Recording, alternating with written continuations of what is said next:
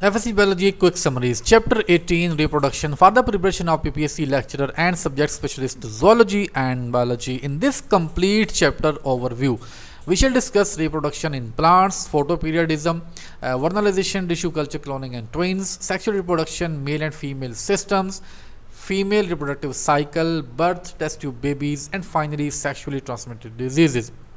Allah says in Quran that He creates you in the wombs of your mothers, creation after creation within three darknesses. These three darknesses are actually referred as the three layers around the embryo in the abdomen. Surah Zumar verse 6. Now, this video will decide whether I shall upload the next chapters or not based on your response in the comments as well as your involvement with the video online, because these full chapter reviews are not YouTube SEO based, but actually they are for my subscribers or followers. So if the followers are not interested or they have lost their encouragement for the PPSC preparation, then there is no need to upload next chapter. So please inform me about your conduct on this kind of help, whether I should proceed further or not, as well as if you want some other topics to be discussed for the preparation of PPSC, you may also mention that.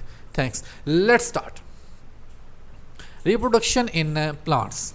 Parthenogenesis and apomixis are types of asexual reproduction in plants. Meiosis occur during spore formation or sporogenesis. So if a question is asked that when meiosis occur in plants, so that is during sporogenesis for the formation of pollens as well as ovules. Cloned organisms has these disadvantages. They age rapidly, grow old rapidly, they have low resistance to diseases as well as environmental stress, and they are not being accepted socially or morally. So these are the disadvantage of cloned organisms, or those organisms which are produced as a result of cloning. Artificial methods of asexual reproduction are layering, grafting and budding, among the other many types of asexual in plants. Diplohaplontic, diplohaplo as the word suggests, are the life cycle which has both diploid and haploid generations. Isomorphic alternation of generation have similar vegetative generations like gametophyte or sporophyte, while heteromorphic have dissimilar or different generations. Seeds can withstand unfavorable conditions during dormancy. So if you are asked that which of the following can withstand unfavorable conditions, so seed may be one of the option. Evolution of pollen tube is parallel to evolution of seed in land adaptation or in land plants. Parthenocarpy, dormancy, fruit setting and ripening. High oxygen levels in ovaries cause development of fruit without fertilization, and that process is called parthenocarpy. So please remember the difference between parthenocarpy and parthenogenesis. Parthenocarpy is actually development of fruit without fertilization, while parthenogenesis is the development of an organism without fertilization. Bananas, pineapple, oranges, grapes are parthenocarpic fruits. Important examples. Parthenocarpy can be induced artificially in tomato, peppers, etc. using auxins. Condition of rest or resting period which enable embryo to survive unfavorable conditions is termed as seed dormancy. Resumption of growth by dormant embryo require precise combination of cues, and if any one of the condition is not met, then the seed will not resume its growth. Germinating pollen grain is a rich source of auxins. It secretes auxins itself as well as it stimulates auxin release from style and ovary. So there must be a rich environment of auxins when that pollen is traveling through pollen tube.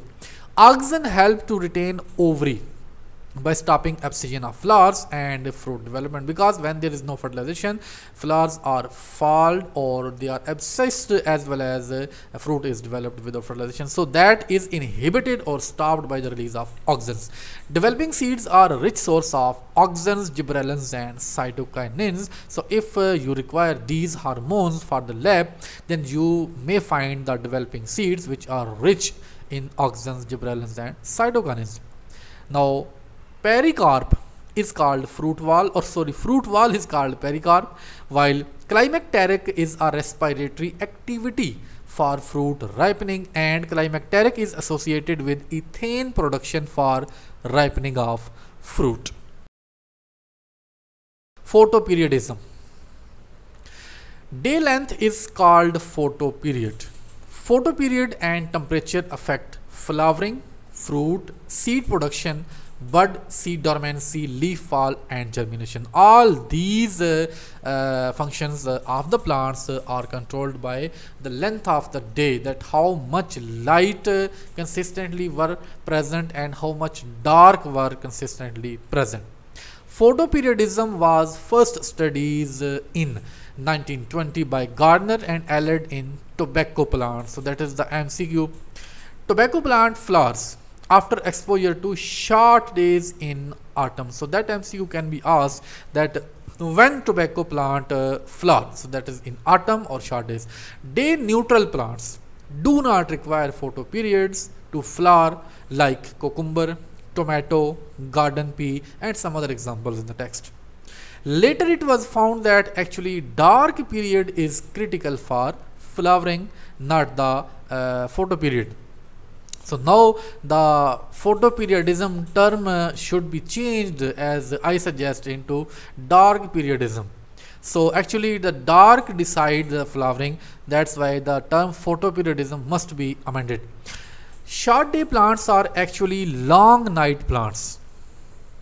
Long day plants can flower in short days if long night period is interrupted. Red light stimulate flowering in long day plants while inhibit flowering in short day plants. That is most important fact of this complete slide.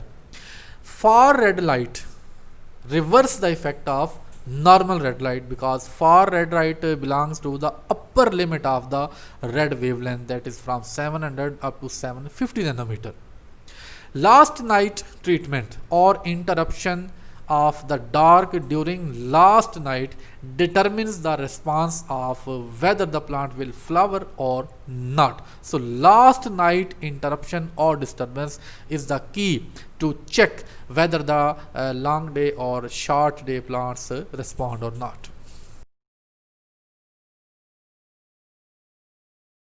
Phytochromes are red light sensitive proteins. So what are phytochromes?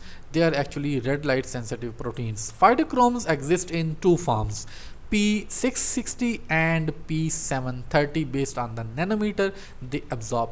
Quiescent P660 absorb red light at 660 nanometer and is converted to active P730 during daytime. Please remember, P730 absorb far red light and is converted to P660. So both these kinds of phytochromes are interconvertible with each other, but during day and night. Conversion from P660 to P730 occurs during daylight, while P730 to P660 occur during dark. So during day, plant has P730, while at night it has more P660 phytochrome. Rate at which, speed at which P730 is converted to P660 provide clock or measurement to the plant for the duration of dark. So interconversion of P730 to P660 is a regulator or control for the flowering.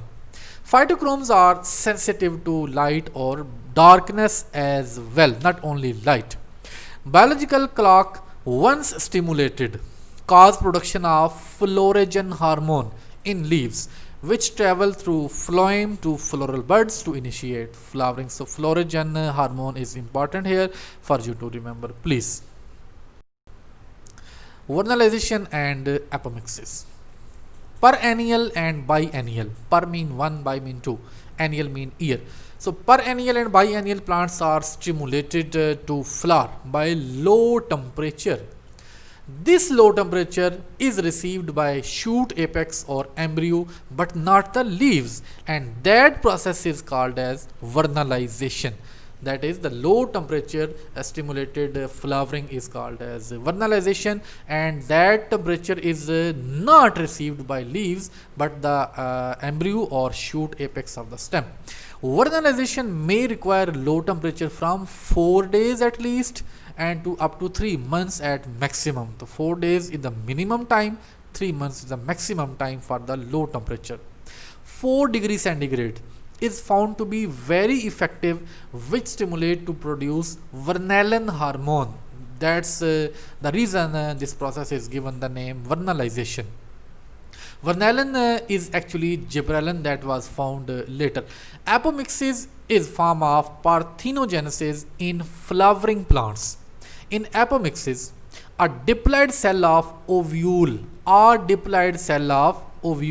one cell, either from nucellus or megaspore, develops into a functional embryo in the absence of male gamete or without fertilization. So that is called apomixis. Rest of ovule develops into seed and ovary to fruit. So that is the main difference between apomixis and parthenogenesis. Asexual reproduction. Development of egg without fertilization is called parthenogenesis in animals. For example, ants, bees and wasps undergo parthenogenesis. Parthenogenesis may be haploid or diploid as in aphids. In aphids, special meiosis occur involving total non-disjunction to retain diploid number. Please remember all these terms, these are quite important and they are also easy for you to remember. Honeybee males produce sperms by mitosis because they are already haploid. Cambium tissue excised or cut from plants can be stimulated by cytokinins and indole acetic acid or auxins to start growth into a complete organism or plant. Nucleus of egg cell is destroyed by ultraviolet radiations and is replaced by somatic nucleus during cloning. Identical twins are produced by separation of first two blastomeres which are formed as a result of cleavage in zygote, which have divided mitotically.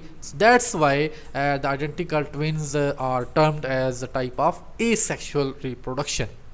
Fraternal twins are produced when multiple eggs are released and they are fertilized and they are implanted separately in the uterus and they develop into different babies. So those babies are different from each other genetically. That's why they are called as sexual babies, or fraternal twins are actually sexually reproducing.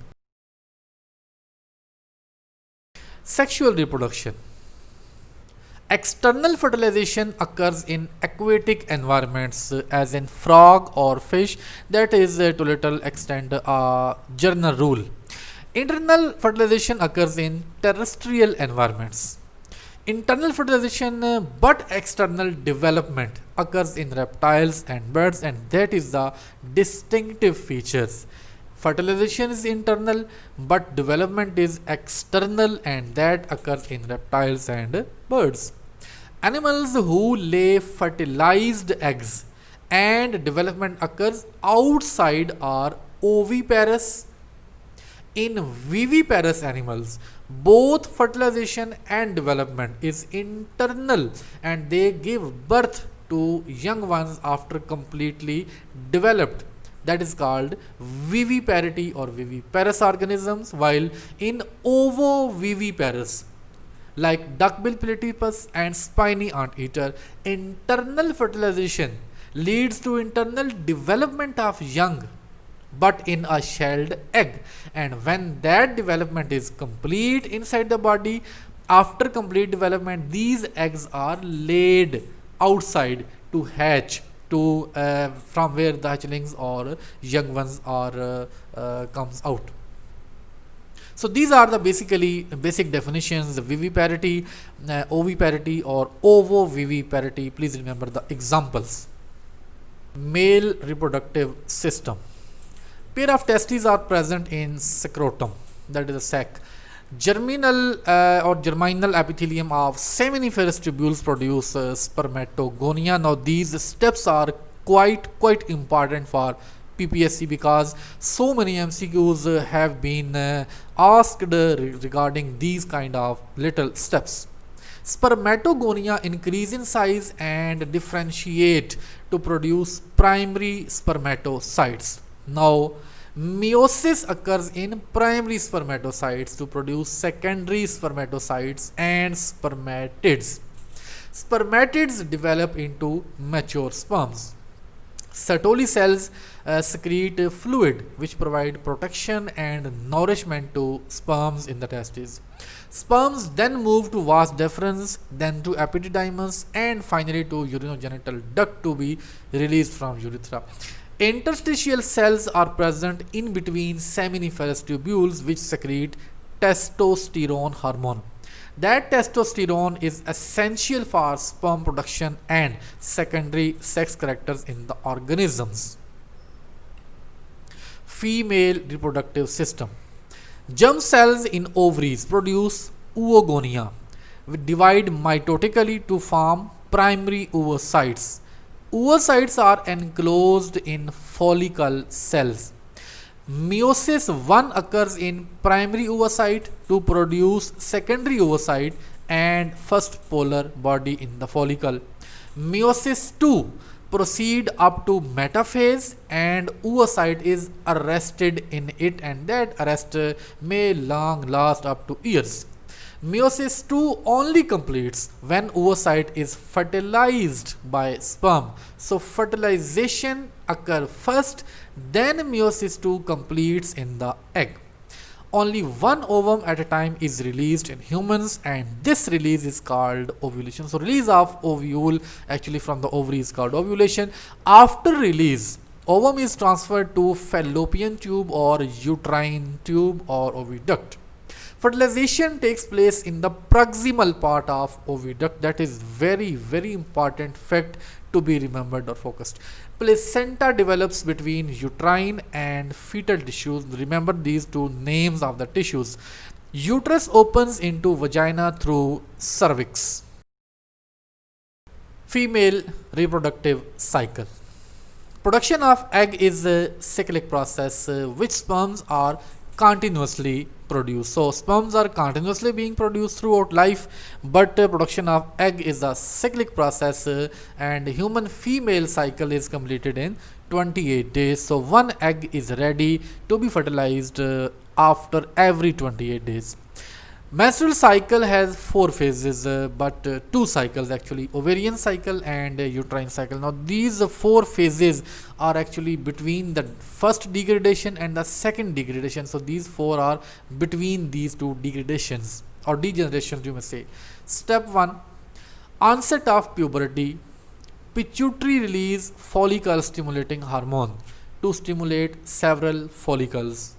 Only one continue to grow with primary oocyte, rest undergo follicle atresia. So follicle atresia is basically the degeneration of the other follicles when one follicle becomes mature or start going toward maturity. So that is the first step, that pituitary release follicle stimulating hormone. Please remember these are very important steps or phases, and these are asked in the exam in the form of these phases, that in the second phase, in the first phase, in the third phase, etc. Step 2, ovary produce estrogen hormone under FSH. So follicle stimulating hormone actually stimulate ovary to secrete estrogen hormone. That estrogen hormone vascularize the endometrium, thickening the wall, and also inhibits secretion of follicle stimulating hormone from pituitary gland.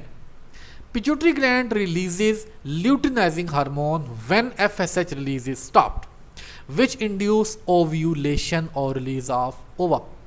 Step 4, after ovulation, follicle is modified to form corpus luteum. This yellowing structure, so corpus luteum is actually a yellowing structure, release progesterone. So progesterone is released from corpus luteum, which develops the endometrium of the uterus to conceive that zygote or ball of cells. Now step 5 is the next degeneration process. If there is no fertilization, corpus luteum degenerate, stopping the progesterone, and that's why the whole cycle is ready to be repeated. So that is the female reproductive cycle. Progesterone inhibition result into degeneration of endometrium, which is already developed in the uterus. This breakdown of endometrium or wall of uterus cause blood discharge and cell debris. This is called menstruation. Menstruation can last 3 to 7 days.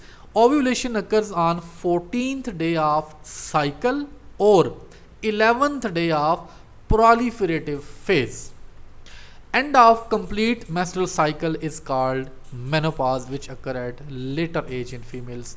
Estrous cycle is found in mammalian females other than humans or except humans, and in this cycle estrogen prepares uterus for conception and follicle to develop ova.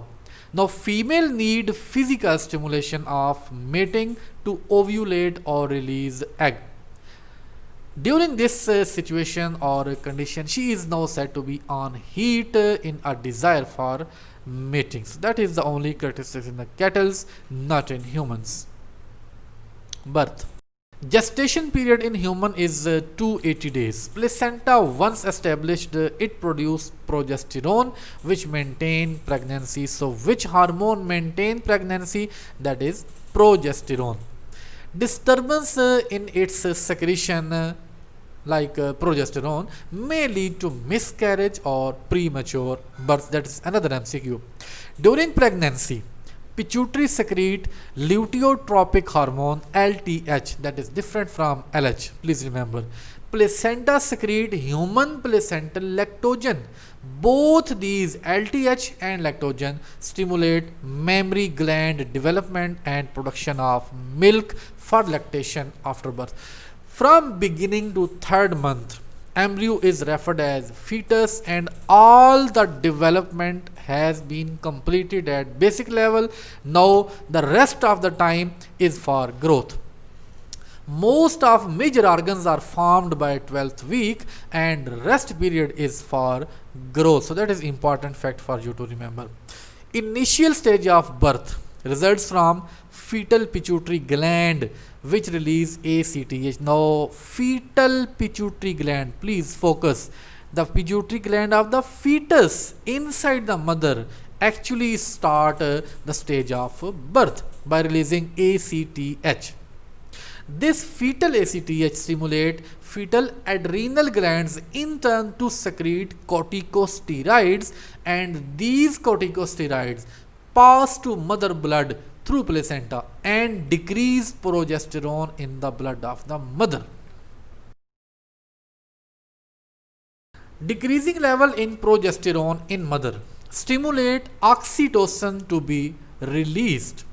That oxytocin then induce labor pain characterized by contraction of uterus wall. Oxytocin is released in waves which provide force to expel the fetus from uterus, and that force is stronger toward the bottom, from top to bottom. Within 10 to 45 minutes after birth, placenta is separated from uterus and is expelled out, which is commonly called as after birth. Average loss of blood during each birth is 350 cubic centimeter or 350 ml. Test tube babies and sexually transmitted diseases. For test tube babies, parental sperms and ovum are fertilized in vitro outside the body like in the test tube, and that's why it is called test tube babies. These fertilized zygotes are then implanted into mother uterus. Placenta established normally and baby develops inside the womb and then given birth. Now diseases. Gonorrhea is a sexually transmitted disease and is caused by Neisseria gonorrhea bacteria, which affect mucous membranes of urinogenital tract, and that mucus is released in the tract. This disease is highly contagious, and infant may get eye infection while passing through the tract.